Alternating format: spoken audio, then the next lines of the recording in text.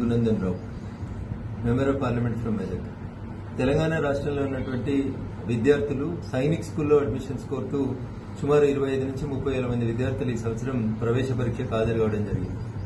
అనుకోకుండా ministry of defence Sainik schools నుంచి వచ్చినటువంటి ఉత్తర్వుల సంఖ్య ప్రకారం ఈ సంవత్సరం 67% ఆఫ్ ద కోటాని తెలంగాణ విద్యార్థులకు తొలగించినట్టు వచ్చినటువంటి ఒక ఉత్తరం, మినిస్ట్రీ ఆఫ్ డిఫెన్స్ నుంచి వచ్చినటువంటి ఉత్తరం తల్లిదండ్రుల్ని మరి పిల్లల్ని ఇబ్బందులకు గురిచేసింది. ఇది 30 ఏప్రిల్ రోజు ఈ ఉత్తరం వచ్చినట్టు కొంతమంది విద్యార్థులు వారి తల్లిదండ్రులు ఈ రోజు నా దృష్టికి తీసుకురావడం జరిగింది.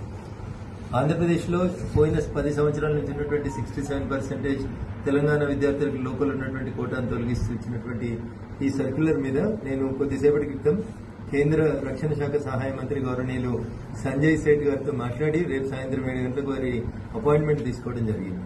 కొత్తగా తెలంగాణకి ఒక 3 సైనిక్ స్కూళ్లు మంజూరు చేయాలని, అవి మంజూరు చేసేంత వరకు ఈ విద్యా సంవత్సరం 25-26 కి ఎవరైతే విద్యార్థులు సుమారు 25 నుంచి 30,000 మంది విద్యార్థులు సైనిక్ స్కూల్ ప్రవేశ పరీక్షకు హాజరైనారో వాళ్ళందరికీ ఆంధ్రప్రదేశ్లో 67% లోకల్ కోటా కంటిన్యూ చేయాలని మంత్రి గారిని ఫోన్ ద్వారా విజ్ఞప్తి చేయడం జరిగింది. సానుకూలంగా స్పందించినటువంటి మంత్రి గారు రేపు సాయంత్రం సమయం ఇచ్చినారు.